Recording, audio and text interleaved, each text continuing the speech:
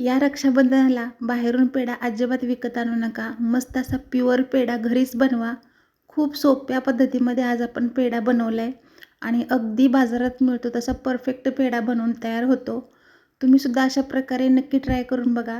तुम्हाला व्हिडिओ आवडला तर प्लीज लाईक करा, शेअर करा आणि आपल्या चॅनलला सबस्क्राईब करायलासुद्धा विसरू नका.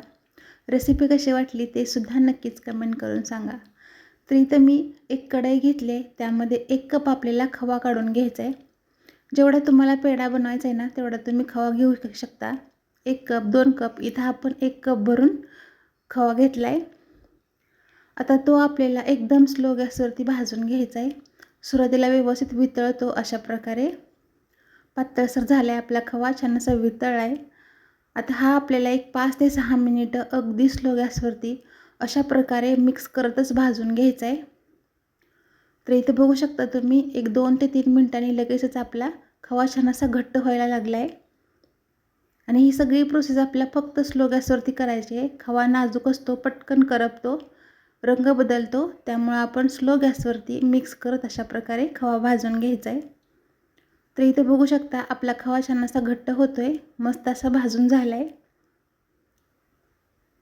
फक्त 5 ते 6 मिनिटच लागतो खवा भाजायला, जास्त वेळ लागत नाही.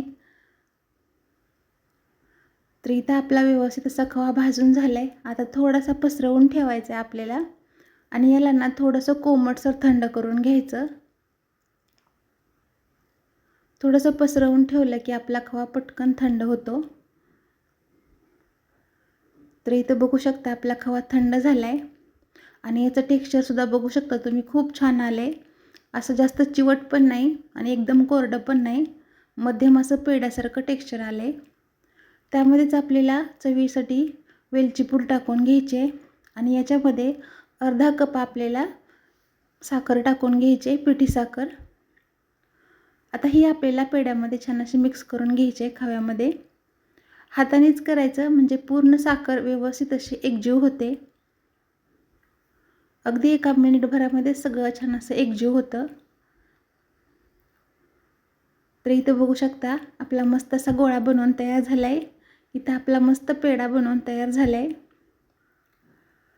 अजिबात वेळ पण लागत नाही आणि पेढा आपला बिघडतसुद्धा नाही आणि खायलासुद्धा छान मऊसर होतो, जास्त खुटखुटीत होत नाही. तर इथं तुम्ही हव्या त्या आकारामध्ये पेढे बनवू शकता. अशा प्रकारे सुद्धा बाजारात मिळतात, तसे अशा आकाराचे सुद्धा बनवू शकता. किंवा तुम्ही याच्यावरती थोडीशी डिझाईनसुद्धा करू शकता. अशा प्रकारे झाऱ्याने सुद्धा तुम्ही पेढ्याला व्यवस्थित अशी डिझाईन देऊ शकता. बघू शकता मस्त दिसतोय.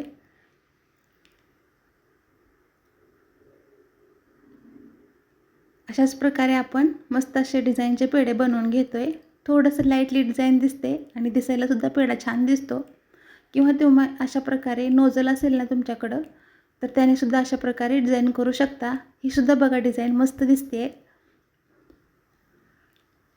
कुठल्याही आकारामध्ये हा पेढा तुम्ही बनवू शकता. तर इथं आपण झाऱ्याच्या साह्यानेच मस्त असे पेढे बनवून घेतलेत. पूर्णपणे थंड करून घ्यायचे आपल्याला हे पेढे. इथं टेक्स्चर बघू शकता तुम्ही पेढ्याचं. तर सगळेच पेढे इथे आपण बनवून घेतलेत. बघू शकता तुम्ही किती सुंदर झालेत, अगदी बाजारात मिळतात तसे. तुम्ही सुद्धा अशा प्रकारे या रक्षाबंधनाला नक्की ट्राय करून बघा. तुम्हाला हा व्हिडिओ आवडला, ही रेसिपी आवडली तर प्लीज लाईक करा, शेअर करा आणि चॅनलला सबस्क्राईब करायला सुद्धा विसरू नका. रेसिपी कशी वाटली ते सुद्धा नक्कीच कमेंट करून सांगा. धन्यवाद.